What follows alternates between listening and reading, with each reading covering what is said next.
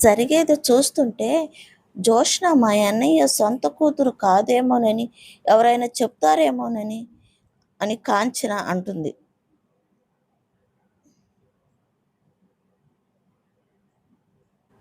నువ్వు అనవసరమైన విషయాలు చాలా లోతుగా ఆలోచిస్తున్నావు అని చెప్తాడు కార్తీక్ వాళ్ళ నాన్న. లేదండి, నా ప్రతి ఆలోచనకు సాక్ష్యం ఉంది, ప్రతి అనుమానానికి ఆధారం ఉంది.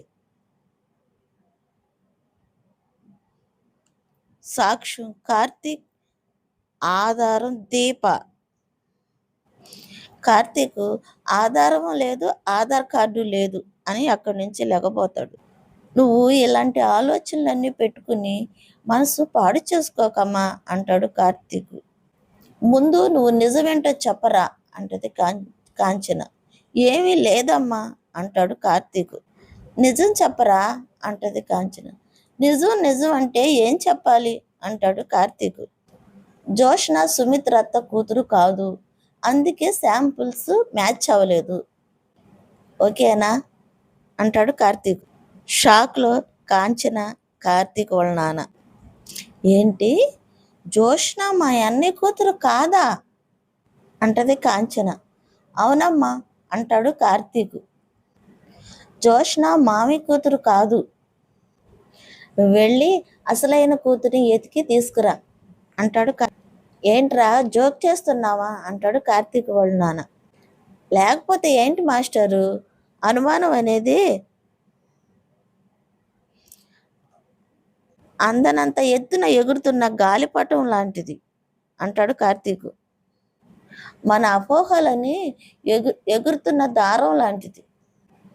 అపోహలు పెరిగే కొద్దీ అనుమానం ఇంకా ఎత్తుకి ఎగురుతూ ఉంటుంది అంటాడు కార్తీక్.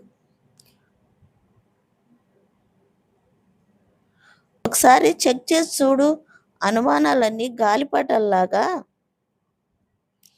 గాలి కొట్టుకుపోయి ఏ చెట్టుకో ఉర్రేసుకుంటే అంటాడు కార్తీక్.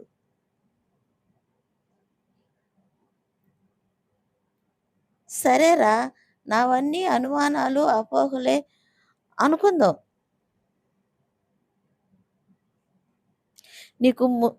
నీకు ముందుగానే శాంపిల్స్ గురించి ఎలా తెలుసు? జోష్న శాంపిల్స్ ఇవ్వటానికి హాస్పిటల్కి వచ్చినప్పుడు బాగా ఇబ్బంది పడింది. రాత్రి కూడా ఇదే మాట చెప్పావు కదరా, కొత్తగా ఏమీ లేదా అంటది కాంచన. కొత్తగా ఏముంటుందమ్మా అంటాడు కార్తీక్. డాక్టర్ చెప్పినట్టు శాంపుల్స్ మ్యాచ్ అవ్వలేదు. జోష్న ఏమంటుంది, టెస్టింగ్ రాంగ్ అంటుంది. పారు అయితే ఏకంగా శాంపిల్సే మారిపోయి ఉంటాయి అంటుంది అని కార్తీక్. ఏది నిజమో ఏది అబద్ధమో మాకు కూడా తెలియదు అంటాడు కార్తీక్. కానీ ఒక్కటి మాత్రం చెప్పగలను, మనకి ఈ కన్ఫ్యూజన్స్ ఎక్కువ రోజులు ఉండవు. క్లారిటీ వచ్చే రోజులు తొందరలోనే ఉంది అని అనిపిస్తుంది అంటాడు కార్తీక్. నిజం తెలిసిపోతుందేమోనని బావ చెబుతున్నాడు. నిజం బయటపడమే దారైతే జోష్న మా అమ్మని బ్రతకనీదు అని దీప మనసులో అనుకుంటుంది. పారిజాతమో జోష్న గదిలో. గతంలో మనం చేసిన చిన్న చిన్న తప్పులే భవిష్యత్తులో మనకి భవిష్యత్తు లేకుండా చేస్తాయి గ్రాని అంటది జోష్న. నేనేం చేశాను అంటది పారిజాతం. టెంపుల్లో అన్నదానం జరుపుతున్నప్పుడు మా మమ్మీని చంపబోయింది ఎవరో తెలీదు కానీ చంపించాలి అని అనుకున్నది మాత్రం నువ్వే గ్రాని అంటది జోష్న. షాక్లో పారిజాతం. అప్పుడు దీప కాపాడకుండా ఉన్నట్టయితే ఈ పాటికి మా మమ్మీకి సంవత్సరీకం కూడా అయ్యేది అని జోష్న అంటది. గతించిన ఆమెకి సాక్షిగా ఫార్మన్స్లో సమాధి కట్టేవాళ్ళం అంటది జోష్న. మనం పూలమాల వేసి శ్రద్ధాంజలి కట్టించేవాళ్ళమే. నేను సుమిత్రాన్ని చంపబోయానని నీకెలా తెలుసు అంటది పారిజాతం. కొన్ని మనం తెలుసుకోవటం ఎంత ఇంపార్టెంటో వాటిని ఎప్పుడు రియల్ చేయాలో తెలుసుకోవటం కూడా అంతే ఇంపార్టెంట్ అంటది జోష్న. నీలాగే నేను ఒక తప్పు చేశాను అంటది జోష్న. ఏంటది అంటది పారు. జోష్న వాళ్ళ నాన్న కొట్టింది జ్ఞాపకం చేసుకుంటుంది. అప్పుడు మా మమ్మీ ఉన్నా, మా నాన్న పోయినా నాకు కొన్ని భయాల నుంచి విముక్తి దొరికేది అని జోష్న మనసులో అనుకుంటుంది. నాలాగా నువ్వేం తప్పు చేసేవే అంటది పారిజాతం. నిన్ను నమ్ముకున్నాను, అదే నేను చేసిన తప్పు అంటది జోష్న. కానీ నేను నీకే సహాయం చేయలేకపోయేనే అంటది పారిజాతం. కానీ సమయానికి నీ బుర్ర పాదరసం లాగా పనిచేసి రివర్స్ డ్రామా ఆడి డాక్టర్ వెళ్ళిపోయేలాగా చేసావు. జోస్న అంత ఈజీగా దొరికిపోదు గ్రాని. కానీ ఒక్కరికి దొరికిపోయేవే అంటది పారిజాతం. ఎవరికి అంటది జోష్న. ఆ కార్తీక్ గారికి అంటది పారిజాతం. కానీ ఒక్కళ్ళకు దొరికిపోయేవు అంటది పారిజాతం. ఎవరికి అంటది జోష్న. కార్తీక్ గడికి అంటది పారిజాతం. బావకి నిజం తెలిసిందని నీకెలా తెలుసు అంటది జోష్న. శాంపిల్స్ మ్యాచ్ అవ్వని వాడు నాతో ముందుగానే చెప్పాడే అంటది పారిజాతం. వాడంత కాన్ఫిడెంట్గా చెప్పాడు అంటే నిజం తెలుసనే కదా అంటది పారిజాతం. బావకి నిజం తెలుసుంటే సైలెంట్గా ఉండడు గ్రాని అంటది జోష్న. జోష్న నీ మనవరాలు కాదు తాత, అందుకే రిపోర్ట్స్ ఇలా వచ్చాయని అనేవాడు. పారిజాతం. మరి ఎందుకని శాంపుల్స్ మ్యాచ్ అవ్వని ముందే తెలుసని అన్నాడు అంటది పారిజాతం. ఈ మధ్య నీకు అన్ని లేనివి ఉన్నట్టు అననవి అన్నట్టు వినిపిస్తున్నాయి గ్రాని అంటది పారిజాతం. సరే సరే వాడు అనలేదు, నేను వినలేదు అంటది పారిజాతం. నువ్వు ఈ గండం నుంచి ఎలా తప్పించుకుంటావో చెప్పు అంటది పారిజాతం. నాకు కూడా తెలీదు అంటది జోష్న. ఇలా ఎన్ని రోజులు మేనేజ్ చేస్తావే అంటది పారిజాతం. నువ్వు అడిగే ప్రశ్నలకు నా దగ్గర ఏ సమాధానమూ లేదు అంటది జోష్న. కానీ సమాధానం చెప్తాను అంటది జోష్న. అక్కడి నుంచి వెళ్ళిపోతుంది జోష్న. పారిజాతం జోష్న అని పిలుస్తూ సమాధానం చెప్తానని ఎక్కడికి వెళ్ళిపోతున్నావు అంటది పారిజాతం. సుమిత్రని ఏమైనా చేస్తావా ఏంటి అంటూ ఉంటుంది. అయినా ఇప్పుడున్న పరిస్థితుల్లో నువ్వేం చేయగలవులే. సుమిత్ర కన్న కూతురు ఎక్కడుందో తెలిస్తే ఈ గండం నుంచి బయటపడవచ్చు అంటది పారిజాతం. కనిపెట్టడానికి దాసుగాడు లేడు. అది ఎక్కడుందో నాకు తెలీదు. అసలైన వారసురాలు ఉందా లేదా, ఉంటే ఎక్కడుంది అనుకుంటుంది పారిజాతం. జోష్న కన్న కూతురు కాబట్టి బోన్ మ్యారోని తనే ఇవ్వాలి, కన్న కూతురైన జోష్నే ఇవ్వాలి అని డాక్టర్ గారు చెప్పిన మాట దీప కూర్చుని గుర్తు చేసుకుంటుంది.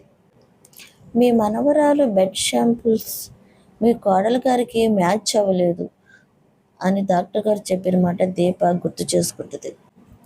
సుమిత్ర దగ్గుతున్నట్టు, ఆమె నోట్లో నుంచి రక్తం పడినప్పుడు అది గుర్తు చేసుకుంటుంది దీప.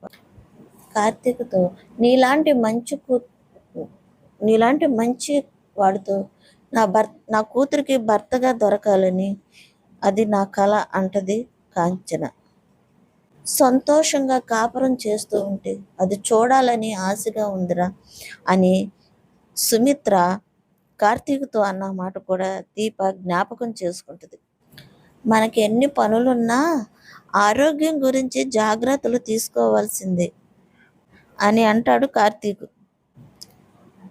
జ్యూస్ తీసుకొచ్చి కార్తీక్ దీపకి ఇస్తాడు. తాగు అంటాడు. దీప ఇప్పుడేం వద్దు బావా అంటది.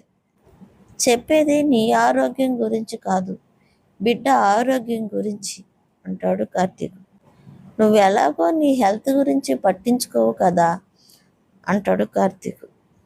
నేను పట్టించుకోవటం లేదా అంటది దీప. టాబ్లెట్స్ వేసుకున్నావా అంటాడు కార్తీక్. టాబ్లెట్స్ వేసుకున్నావా, నేను గుర్తు చేయాలి. టైంకి భోజనం చేస్తున్నావా అని అంటాడు కార్తీక్. తింటాక రమ్మని నేనే పిలవాలి. రోజుకు 4 సార్లు 4 రకాల జ్యూసులు తాగమన్న చెప్పారు కదా, అవి కూడా నేనే తీసివ్వాలి అంటాడు కార్తీక్. సారీ బావా, తప్పు నాదే అంటది దీప. అలా అని నువ్వు అనుకోవచ్చు, కానీ కడుపులో ఉన్న బిడ్డ అలా అనుకోదుగా అంటాడు కార్తీక్. ఏమనుకుంటుందో తెలుసా అంటాడు కార్తీక్. ఏమనుకుంటుంది అంటది దీప. నాన్న, అమ్మేమో అమ్మమ్మ గురించి ఆలోచిస్తుంది, అమ్మమ్మ గురించి ఆలోచిస్తూ నన్ను మర్చిపోయింది, మరి నువ్వేం చేస్తున్నావు అని అంటది. నా గురించి పట్టించుకోవాలి కదా, నేను ఒకదాన్ని ఉన్నాను అన్నమాట అమ్మకి గుర్తు చేయాలి కదా అంటది. కడుపుతో ఉన్నవాళ్ళు ఇష్టంగా ఏదైతే తింటారో అదే పిల్లలు ఇష్టంగా మారుతాయంట. నీకు దానిమ్మ జ్యూస్ అంటే చాలా ఇష్టం కదా, బిడ్డకు కూడా అదే ఇష్టం. ఇప్పుడు నువ్వు తాగేవంటే దానిమ్మకాయ ఇంత ఎర్రగా పుడతాడు బిడ్డ అని అంటాడు కార్తీక్. ఇదేమి కుంకుమ పువ్వు కాదు బావా అంటది దీప.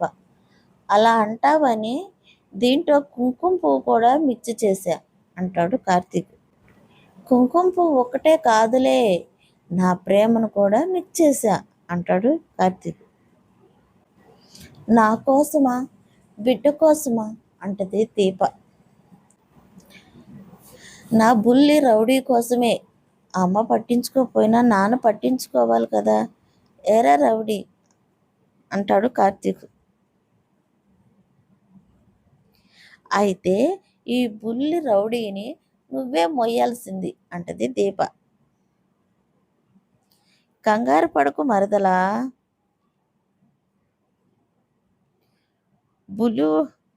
బుల్లు రౌడీ బయటకు వచ్చే వరకే నీతో ఉంటుంది, బయటకు వచ్చాక ఈ నాన్న గుండెల మీద ఉంటుంది అంటాడు కార్తీక్. అడుగు కూడా కింద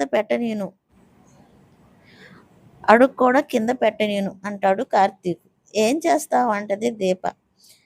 తన అడుగులు కూడా నా చేతి మీదే వేపిస్తాను అంటాడు కార్తీక్. నా బిడ్డని నా అరచేతుల మీద నడిపిస్తానంటే నువ్వెందుకు కంటతడి పెట్టుకుంటున్నావు అంటాడు కార్తీక్. ఏ తల్లిదండ్రులైనా బిడ్డల మీద ఎంత ప్రేమ పెంచుకుంటారు, కన్న బిడ్డలు కూడా తల్లిదండ్రుల మీద అంతే ప్రేమ పెంచుకుంటారు.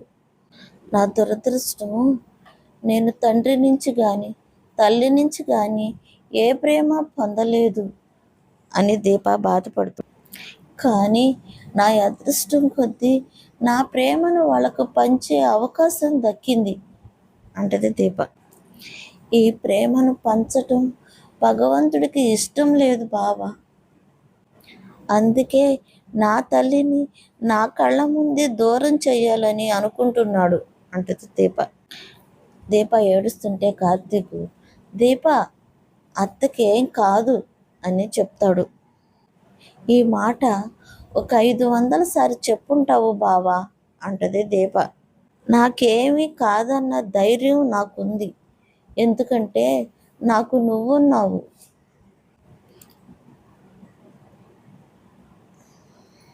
కానీ ఎందుకంటే నా కన్న తల్లికి ఏమీ కాదు అన్న ధైర్యం నాకు రావటం లేదు అంటది దీప. ఎందుకంటే నేను ఉండి ఏమి ఉపయోగం లేదు కాబట్టి అంటది దీప. బోన్స్ ట్రాన్స్ఫర్షన్ కోసం ఫైనల్గా వెళ్ళబోయేది నువ్వే దీప అంటాడు కార్తీక్. ఆధారం ఉన్నప్పుడే వస్తువైనా మాటైనా నిలబడుతుంది. మనకు మనం ధైర్యం చెప్పుకోవడానికి 100 చెప్పుకుంటాం బావా అంటది దీప. అవన్నీ వస్తువుని గాల్లో నిలబెట్టే ప్రయత్నం లాంటిదే. ఏ బరువు లేనప్పుడు అడుగులు తేలిగ్గానే పడతాయి దీప, అంటాడు కార్తీక్. మొయ్యలేనంత బరువు మోస్తున్నప్పుడే అడుగులు వేయటం కూడా సాహసంగా ఉంటుంది, అంటాడు కార్తీక్. మనం ఇంకా ఈ బరువును మొయ్యొద్దు బావా, అంటది దీప. అవతల వాళ్ళు జీవించటమే సాహసంగా ఉంటుంది. శాంపిల్స్ మ్యాచ్ కాలేదని అందరికీ తెలిసిపోయింది. ఎవరికి అనుమానం రాకుండా ఉండటం కోసం జోష్న, పారిజాతం నిజాన్ని బయటకు రాకుండా చేశారు, అంటది దీప. వాళ్ళు అక్కడితో ఆగరు, అసలు నిజాన్ని లేకుండానే చేస్తారు. అంటే మా అమ్మని బతకనీరు బావా, తప్పించుకోవడానికి వేరే దారి లేదు. మళ్ళీ శాంపిల్స్ ఇచ్చినా మళ్ళీ సేమ్ రిజల్ట్ వస్తుందని వాళ్ళకి తెలుసు కాబట్టి.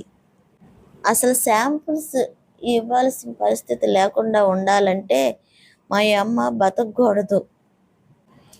డబ్బు విలువ తప్ప ప్రేమ విలువ, ప్రాణం విలువ తెలియని జోష్న బావ, అంటది దీప. అసవంటి మనిషి చంపటానికి వెనకాడదు. పారిజాతం గారు మనవరాల్ని కాపాడుకోవటం కోసం ఇంతకు మించిన మంచి సలహా ఇవ్వలేదు, అంటది దీప. జరగదు మరదల, అంటాడు కార్తీక్. ఏ నమ్మకంతో బావా, అంటది దీప. వాళ్ళు అనుకున్నది జరగకూడదు అంటే మనం అనుకున్నది జరగాలి, అంటది దీప. ఏం జరగాలి, అంటాడు కార్తీక్. మా అమ్మని మనమే కాపాడాలి, అంటది దీప. మా అమ్మని మనమే కాపాడాలి, అందరికీ నిజం చెప్పకుండానా అన్నది నీ ఇష్టం, అంటది దీప. నేను ఆలోచించుకోలేకపోతున్నాను, అంటది దీప. నేను ఆలోచిస్తాను, అంటాడు కార్తీక్. మనం ఒకటి అనుకున్నాం, అదే జరుగుతుంది, అంటాడు కార్తీక్. ముందు నువ్వు చూస్తావు, అంటాడు కార్తీక్. మనం తీసుకున్న బాధ్యత మన సామర్థ్యం కంటే పెద్దది మరదలా, అంటాడు కార్తీక్. అయినా సరే సాధిస్తామన్న నమ్మకం మనకుంది, అంటాడు కార్తీక్. ఈ రాత్రి గడవని ఏం చేయాలో నేను చెప్తాను, తాగు, అంటాడు కార్తీక్. బావా ఏం చేయాలనుకుంటున్నాడు, అనుకుంటుంది దీప మనసులో. అసలు ఈ జోష్న ఎలా తప్పించుకోవాలనుకుంటుంది, జోష్న ఏం చేయబోతుంది అని మనసులో అనుకుంటుంది దీప. జోష్న వాళ్ళ నాన్న దగ్గరికి వచ్చింది. క్యారేజీ తెచ్చింది అనుకుంటా, భోజనం పెడుతుంది. చాలమ్మా, అంటాడు దాసు. తిను నాన్న, నువ్వు కడుపు నిండా తిను, అంటది జోష్న. నువ్వు కడుపు నిండా తినాలనే మంచి భోజనం తీసుకొచ్చాను, అంటది జోష్న. భోజనానికి ఉన్న మంచి చెడు వడ్డించే చేతులు కూడా ఉండాలి, అంటాడు దాసు. ఈ చేత్తో వడ్డిస్తే ఇది మంచి భోజనం అవదా, అంటది జోష్న. నువ్వేదో చెప్పాలని వచ్చావు, అంటాడు దాసు. కడుపు నిండితే గాని మాట విన్ను అనుకుంటున్నావా, అంటాడు దాసు. హాస్పిటల్లో బెడ్ శాంపిల్స్ ఇచ్చాను కదా, అంటది జోష్న. రిపోర్ట్స్ వచ్చాయి, అంటాడు దాసు. మ్యాచ్ అవ్వలేదు, అంటది జోష్న. తెలిసిందే కదమ్మా, అంటాడు దాసు. అనుమానం రాకుండా టాపిక్ డైవర్ట్ చేశాను, అంటది జోష్న. మరొకసారి ఇచ్చిన రిజల్ట్స్ ఇలాగే వస్తుంది, అంటాడు దాసు. ఇప్పుడు నేను ఏదో ఒకటి చేయకపోతే అందరికీ అనుమానం వస్తుంది, అంటది జోష్న. దాసు అయితే ఒక పని చెయ్యమ్మా, అంటాడు. ఏంటది, అంటది జోష్న. ఈ ఇంటికి వారసురాల్ని కాదని నిజం చెప్పేసాయి, అంటాడు దాసు. నాన్న, అంటది జోష్న. అరవకమ్మా, అంటాడు దాసు. భోజనం తింటున్నాను కదా, ప్రశాంతంగా తిన్నువు, అంటాడు దాసు. కూతురు ఇంత ఇబ్బంది పడుతుంటే కొంచెం కూడా సాయం చేయాలనిపించట్లేదా, అంటది జోష్న. ఒక రాజుగారి దగ్గరికి ముగ్గురు దొంగలు వచ్చారంట. రాజుగారు తన దగ్గరున్న వస్తువుని నీటిలో పడేసి మొదటి దొంగని దూకి తీయమన్నాడంట. భయంతో వాడు దూకాడు, చచ్చిపోయాడు. ఎందుకంటే వాడికి ఈత రాదు. ఈత రాదని ముందే చెప్తలేసేవాడిని కదా అని రాజు అన్నాడంట. ఈసారి రెండో వాడు వంతు వచ్చింది. వాడు తెలివిగా నాకు ఈత రాదు రాజుగారు అన్నాడంట. అయినా రాజుగారు వాడిని నీటిలోకి నెట్టేశాడు. నోరు అబద్ధం చెప్పినా చేతలు అబద్ధం చెప్పవు కదమ్మా అంటాడు దాసు. నీటిలో పడగానే ఈత కొట్టడం మొదలు పెట్టాడు. నాతోనే అబద్ధం చెప్తావా అని రెండో దొంగని రాజు చంపేశాడు. ఇప్పుడు మూడో వాడికి భయం పట్టుకుంది. ఈత రాదు అన్నా రాజు చంపుతాడు, ఈత వచ్చు అని చెప్పినా చంపుతాడు. ఎందుకంటే నీటిలో ముసలుంది. అర్థం కాలేదు. రాజుగారు అడిగారు, నీకు ఈతొచ్చా అని. వాడేం చెప్పుంటాడు అంటాడు దాసు. ఈత రాదానా అంటది జోష్న. రాదంటే నీటిలో దోస్తాడు కదా అంటాడు దాసు. వాడు ఈత కొట్టాలి, రాజుగారి చేతిలో చావాలి. ఈత వచ్చు అన్నాడా అంటది జోష్న. అప్పుడు వస్తువు కోసం నీటిలో దూకాలి. ముసలి చంపుతుంది అంటాడు దాసు. మరేం చేశాడు అంటది జోష్న. నిన్నే అడిగేది అంటది జోష్న. ఆ మూడో దొంగ ఏం చేశాడు? భోజనం బాగుందమ్మా అంటాడు దాసు. ముందు ఆ దొంగ ఏం చేశాడో చెప్పు అంటది జోష్న. చెప్పు నాన్న అంటది జోష్న. అవును, నువ్వు తిన్నావా అంటాడు దాసు. తిండి సంగత తర్వాత అంటది జోష్న. ముందు ఆ దొంగ ఏం చేశాడో చెప్పు అంటది జోష్న. కథ చెప్పటం ఆపేశాడు. కొనసాగిత లేని కథని అర్ధంతరంగా ఆపేయటమే మంచి ముగింపు అనుకున్నాడు రాజు అని దాసు చెప్తాడు. నీ కంటికి నేను మతిలేని దానిలా కనపడుతున్నానా అంటది జోష్న. నీ కథ కూడా ఇంతకు ముంచి ముందుకి కొనసాగదమ్మా అంటాడు దాసు. దీనికి వీలైనంత త్వరగా ముగింపునివ్వటమే మంచిది అంటాడు దాసు. లేదంటే ముగింపిస్తాడు. ఎవరు అంటది జోష్న. నా అల్లుడు కార్తీకు అంటాడు దాసు. జోష్నకు పలమారుతుంది. నేను తింటుంటే నీకు పలమారుతున్నట్టుంది, ఇవిగో తాగు అని దాసు జోష్నకి మంచినీళ్ళు గ్లాస్ ఇస్తాడు. కంగారులో జోష్న, బావకి నువ్వు నిజం చెప్పేసావు కదా అంటది జోష్న. అలాగని నీతో చెప్పాడా అంటాడు దాసు. నానా డిప్లొమాటిక్గా మాట్లాడకు అంటది జోష్న. నా బెడ్ రిపోర్ట్స్ బావ ముందుగానే గెస్ట్ చేశాడు.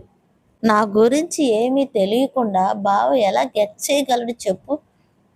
మన కర్మ కాలిపోయి మన దురదృష్టానికి మన చుట్టూ ఉన్న వరకు మనం ఏం చెప్పకుండానే తెలుస్తుందమ్మా అంటాడు దాసు. బావని అల్లుడు అని ఎందుకు కొత్తగా పిలుస్తున్నావు అని జోష్న అంటది. దీప నా కూతురు లాంటిదమ్మా అంటాడు దాసు. నా కూతురు భర్త నాకు అల్లుడే కదా అవుతాడు అంటాడు దాసు. నాకు ఏ సాయము చేయనంటావు అంటది జోష్న. కథ ఆపేసేయ్ జోష్న అంటాడు దాసు. ఇంతకు మించి ముందుకెళితే నీకే నష్టం అంటాడు దాసు. ఇంకా ఎవరికి అనుమానం రాలేదు అంటది జోష్న.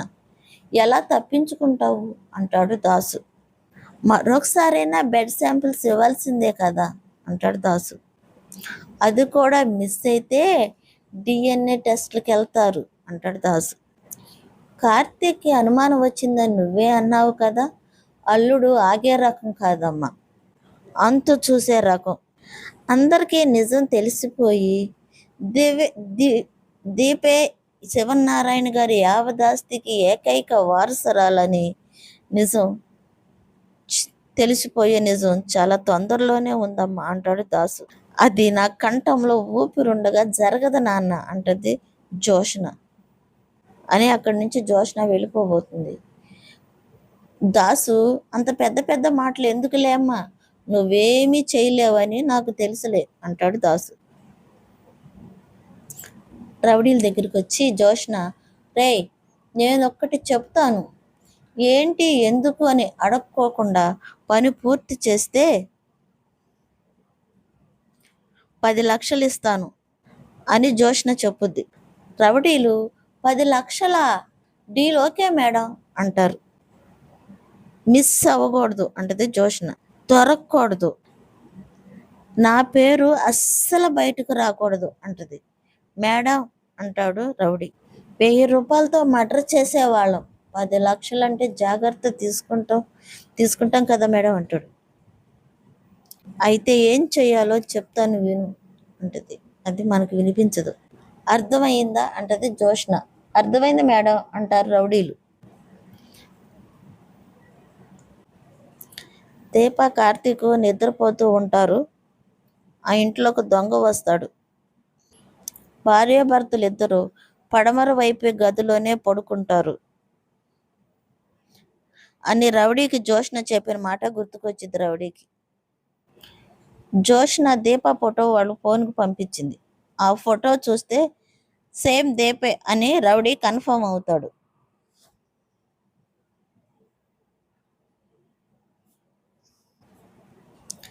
రౌడీ కత్తి తీసి దీపాన్ని పొడవబోతాడు. దీప అప్పుడే పక్కకు జరుగుద్ది. ఆ కత్తి తాళిబట్టుకు గుచ్చుకుంటుంది. దీప లాగుతూ టైట్గా ఉండేసరికి దీప రౌడీని చూచిద్ది. దీప రౌడీని చూసి రౌడీ పొడవబోతుంటే దీప పట్టుకుని ఆపుతూ బావా బావా అని కేకలు వేసిద్ది. ఈలోపు కార్తీక్ కూడా రౌడీని చూసి కొడతాడు. ఈలోపు రౌడీ పారిపోతా ఉంటాడు. కార్తీక్ వెనకాలే ఫాలో అవుతాడు.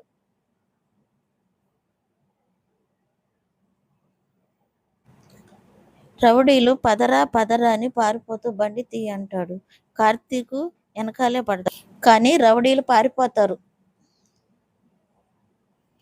ప్లీజ్ మా సీరియల్కి లైక్ చేయండి, ఫాలో చేయండి, షేర్ చేయండి, సబ్స్క్రైబ్ చేయండి ప్లీజ్.